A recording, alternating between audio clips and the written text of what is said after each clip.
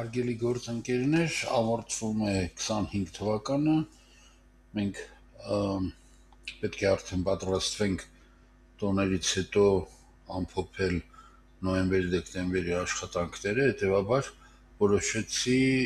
իմ ուսումնասիրության արդյունքում նկատած խնդիրների վերաբերյալ տարեկան պլանների մեջ որոշակի ուրեմն այսպիսի վիդեո նյութեր պատրաստել, որպեսզի դուք ուրեմն հասկանաք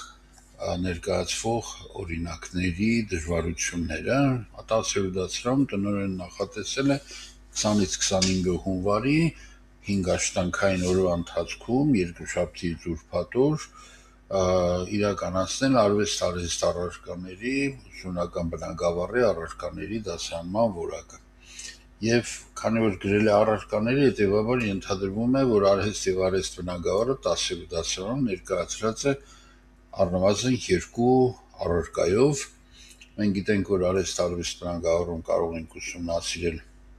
արվեստի մասով արվեստ, կերպարվեստ, երաժշտություն, արվեստի որևէ այլ ճյուղ, օրինակ թատրոն, եւ արհեստի որոշակի ուղղություններ, հետեւաբար ուրեմն քանի որ չգիտեմ դպրոցի ինչ առարկաների ուսումնասիրելու այդ մասը վերացական կքննարկենք 5 օր է ուսումնասիրության համար նախատեսված, հիմա կվերլուծենք կհասկանանք բավարար ժամանակ է, իրականացնում է միայն տնօրենը եւ հիմքը տարեկան աշխատանքային պլանն է։ Ուսումնասիրության նպատակն է բացահայտել բնագավառի առարկաների դասարանման որակը 10-րդ դասարանում, գնահատել դասարանման համապատասխանությունը հանրակրթության չափորոշիչի պահանջներին, արձանագրել ուժեղ ու թույլ կողմերը, սահմանել բարելավման իրատեսական քայլեր։ Ես իմ դիրքորոշումն եմ սրանով ցույց տալիս այդ գույներով, կարծում եմ, որ նպատակահարմար է ավելի շատ 10-րդ դասարանից սկսած խոսել արվեստի մասին, բայց կարգը թույլ է տալիս դպրոցի տնօրենին ընտրել նաև երաժշտություն, կերպարվեստ կամ որևէ այլ ուղղություն, այնպես որ ոչ ոքի կամքի վրա բռնանալ չեմ կարող։ Ուսումնասիրության հիմնական չափանիշներն են բարձել արդյոք ՀՊՉ-ն զարգացել է կարողունակությունների զարգացման իմաստով, այսինքն գիտելիք, հմտություն, դիրքորոշում, արժեք մենք ունենք արդեն, դասի կառուցվածքը ունի իր ստանդարտ ձև, այսինքն նպատակ, գործունեություն կամ խնդիրներ եւ արդյունք կամ վերջնարդյունք, սովորողների ակտիվ եւ ստեղծագործական ներգրավվածությունը, արվեստը վերջին հաշվով գործնական ստեղծագործական աշխատանքների կազմակերպում, ձևավորող գնահատման կիրառություն։ Ինչպես դուք նկատեցիք, տնօրենը այս ձևով պետք է մոտենա ուրեմն աշխատանքի նախապատրաստական փուլին, որովհետև այս փուլում տնօրենը հասկանում է, թե ինչ գործողություններ պետք է կատարի եւ մտովի դասավորում է դրանք ըստ շաբաթվա օրերի։ Որոշում է, որ ուսումնասիրությունն իրականացնելու է 6 փուլով։ Նախապատրաստական փուլ, փաստաթղթերի ուսումնասիրության փուլ, դասալսումների փուլ, սովորողների աշխատանքի դիտարկում, քննարկումներ ուսուցիչների հետ եւ արդյունքների ամփոփում եւ փաստաթղթավորում։ Այս փուլերը դպրոցի տնօրենը արդեն նաև որոշել է, թե ում օգնությամբ է իրականացնելու եւ որին ինչքան ժամանակ է նախատեսելու։ Կփորձենք տնօրենի փոխարեն մենք էլ դա կանխատեսենք այսպիսով։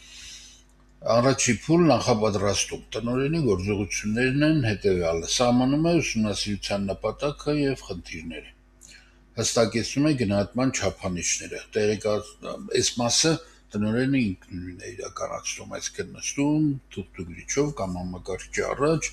այս ամենը պլանավորում է։ Հստակեցնում է գնահատման չափանիշները, այսինքն պետք է հստակ գրի այն չափանիշները, որոնք ուրեմն իրենք օգնեն ճիշտ արդյունքը հասկանալ։ Հետո տեղեկացնում է ուսումնասիրող ուսուցիչներին, կուզի գրավոր, կուզի խորհրդակցության ժամանակ, բայց անպայման պետք է տեղեկացնի եւ ժամանակացույցն է նրանց տեղեկացնում, որ ամսի 20-ից 25-ը իրենց մոտ տեղի ունենալու այդ ուսումնասիրությունները։ Հիմա փաստն այն է, որ մեր նախորդ ուսումնասիրությունը ցույց տվեց սեպտեմբեր-հոկտեմբերի, որ նման աշխատանք իրականացնելու ժամանակ տնօրենների մեծ մասը այս տեղեկացման փուլը չի իրականացրել եւ ժամանակացույցներ չի ներկայացրել, այսինքն ուսուցիչները չեն իմացել, որ իրենց մոտ նման ուսումնասիրություն է իրականացվելու։ Ընդհանրապես նման գրականություն բազմաթիվ կա, բայց սովորաբար մենք գործընկերները չեն օգտվում այդ գրականությունից եւ խորհուրդ եմ տալիս այս ուղղությունը անպայման վերցնել եւ անպայման ամսվա սկզբին մենք մեկ ուրիշ ուրեմն տեսագրություն ունենք, որտեղ բացատրում ենք ինչպես է կազմակերպվում այդ խորհրդակցությունը, ուրեմն շատ կարևոր է որ տեղ կասեն։ Եվ նախնական մտածում ենք, որ այս աշխատանքի վրա կես աշխատանքային օր տնօրենը կծախսի։ Հաջորդ փուլում փաստաթղթերն ենք ուսումնասիրում։ Ուսումնասիրում են թեմատիկ պլանները։ Այդ թեմատիկ պլանները կուսումնասիրի տնօրենը, իհարկե մեթոդ միավորման նախագահի օգնությամբ կամ մեթոդ միավորման որևէ ակտիվ փորձառու ուսուցչի օգնությամբ։ Էլեկտրոնային մատչանում գրանցումներն ենք ուսումնասիրում, թեմատիկ գործնական աշխատանքների արդյունքներն ենք ուսումնասիրում, ուսումնական նյութեր եւ առաջադրանքներն ենք ուսումնասիրում։ Ինչ որ կա փաստացի եւ տնօրենը ուսուցիչը օգտագործում է 10-րդ դասարան։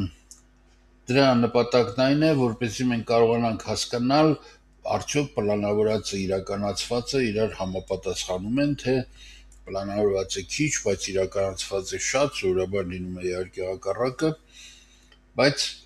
նախատեսում ենք այս աշխատանքի համար ծախսել նորից կես օր։ Այսօր մի օր արդեն ծախսեցինք։ Երրորդ փուլը դասալսումներն են։ Արդեն թեմատիկ պլանները գիտենք, այսինքն գիտենք հերթական դասի թեման, հերթական դասի նպատակը եւ գիտենք նախորդ աշխատանքների արդյունքները, որովհետեւ ուսումնասիրել ենք։ Հիմա դասի ընթացքում ինչի վրա ենք ուշադրություն դարձնում։ Ընդ որում առնվազն 2-3 դաս ենք լսում յուրաքանչյուր առարկայից, որպեսզի հետո կարողանանք հասկանալ տրամաբանությունը։ Եթե 2-3 դաս լսի տնօրենը, 2-3 դաս լսի տեղակալը, 2-3 դաս լսի մեթոդ միավորման նախագահը, մենք առնվազն 6 եւ առավելագույնը ուրեմն 9 դաս կլսենք, իսկ դա բավական է, որպեսզի կարողանանք տպավորություն, իհարկե ցանկալի է, որ մենք երեքով միանգամից իրար հետ չգնանք, առանձին, որ լսվի 9 դաս եւ ոչ թե օրինակ 3 դաս, բայց 3 հոգով։ Հիմա դասալսման ընթացքում արձանագրվում է արդյոք հստակ է սահմանված դասի նպատակը։ Արդյոք մեթոդը, որը կիրառել է դասի ընթացքում ուսուցիչը ճիշտ է ընտրված, այսինքն ամենաարդյունավետ մեթոդն է տվյալ իրավիճակի համար ընտրել։ Սովորողների ակտիվությունն են գնահատում, ինչպես էին իրենք մասնակցում դասին, գործնական աշխատանքի կազմակերպման ռազմավարությունը, մեթոդը, ընթացքը եւ անվտանգության կանոնների պահպանումը։ Դասալսումը մենք կարողանանք անել 1.5-2 օրվա ընթացքում, կարող է նաեւ 3 օր տևել, նայած թե մենք քանի դասարան ունենք եւ ինչ ինտենսիվություն։ Չորրորդ փուլում սովորողների աշխատանքի ուսումնասիրություն են իրականացվում։ Ուսումնասիրում ենք ստեղծագործական եւ գործնական աշխատանքներ, արտադրանքներ, նախագծերի նմուշներ, այսինքն սրանք ոչ թե ընթացքում ենք նայում, ընթացքում դասալսման ժամանակ ենք նայում, հիմա նայում ենք արդյունքները, այսինքն ուսուցիչը ներկայացնում է 10-րդ դասարանում աշակերտների ուրեմն ստեղծագործական աշխատանքի արդյունքները։ Քանի որ արդեն առաջի կիսամյակն ավարտվել է, պետք է այդպիսի աշխատանքներ որոշակի չափով արդեն կուտակված լինեն։ Գնահատում է արդյունքների համապատասխանությունը չափորոշիչի պահանջներին, գնահատման չափանիշներին եւ ձևավորող գնահատման առկայությունը, այսինքն ուսումնասիրվում է, թե ինչպես է գնահատել ուսուցիչը, արդյոք ձևավորող գնահատումը օբյեկտիվ է, թե ուրեմն ձևական։ Ուզում եմ հատուկ ընդգծել, որ եթե տարական դպրոցի համար մենք կրկնակի կողմից մշակված ունենք չափանիշներ, ապա այդպիսի չափանիշներ մենք չունենք ավագ դպրոցի համար եւ ուսուցիչները այդ աշխատանքը ինքնուրույն են անելու։ Ինչպես դուք տեսնում եք, յուրաքանչյուր սայիկի վերջում ես գրել եմ մոտավոր օրեր, գուցե ուրեմն դրանք համընկնում են։ Ուրեմն 5-րդ փուլում քննարկումներ ուսուցիչների հետ ներկայացնում են ուժեղ կողմերը, խնդիրները, բարելավման առաջարկներ, անհատական կամ փոխխմբային քննարկում, հակիրճ արձանագրում, այսինքն քննարկումը կարող է լինել ուրեմն մեթոդ միավորման նիստում, կարող է անհատական իրականացվել ուսուցիչի հետ, արդյունքների ամփոփում, սա արդեն ավելի շատ մեթոդ միավորման խնդիր է, որի արդյունքում ուսումնասիրվում է քննարկվում է ուսումնասիրության արդյունքները եւ սահմանվում են բարելավման կոնկրետ քայլեր։ Եզրակացությունը մեր այս դեպքում արդեն բավականին պարզ է, ինտենսիվ ու նպատակային աշխատանքի դեպքում հունվարի 20-ից 25 ընկած ժամանակահատվածում տնօրենը այս աշխատանքը կհասցնի իրականացնել։ Հարգելի գործընկերներ, շատ կարևոր է, որ նախորդ բոլոր փուլերում նկարագրված գործողությունները տնօրենի կողմից իրականացվեն։ Եթե այդ պլանավորումը, աշխատանքի բաժանումը, կոնկրետ սահմանված ժամկետները չնշանակվեն, ապա դպրոցի տնօրենը դժվար թե հասցնի այդ ժամանակվա ընթացքում այս աշխատանքը իրականացնել։ Հատկապես եթե դպրոցում ոչ թե 1, այլ 2 կամ 3 10-րդ դասարանի ուրեմն կոմպլեկտներ կան, ասենց ասենք, որովհետև դասարաններ չունենք մենք։ Բայց թիվը երեխեքի կարող է լինել 60, 90 եւ բնական է խմբերի թիվը բավականին մեծ կլինի ու ունենանք մի քանի ուրեմն խումբ, որ ուսումնասիրում է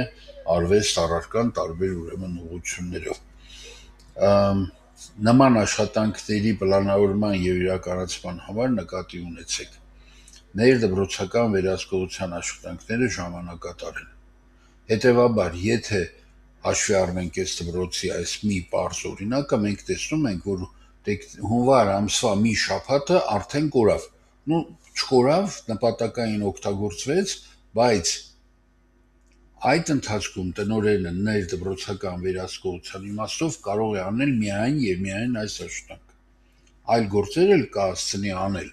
բայց հիմնական շաբաթվա տևողությունը, ինչպես դուք նկատեցիք, ծախսվելու է այս ներդպրոցական վերահսկողության վրա։ Հետևաբար, եթե ինքը երկրորդ վերահսկողությունն էլ նախատեսի, ամենայն հավանականությամբ կամ երկուսն էլ կանի մակերեսորեն, կամ ուրեմն կանի մեկը, մյուսը չի իրականացնի։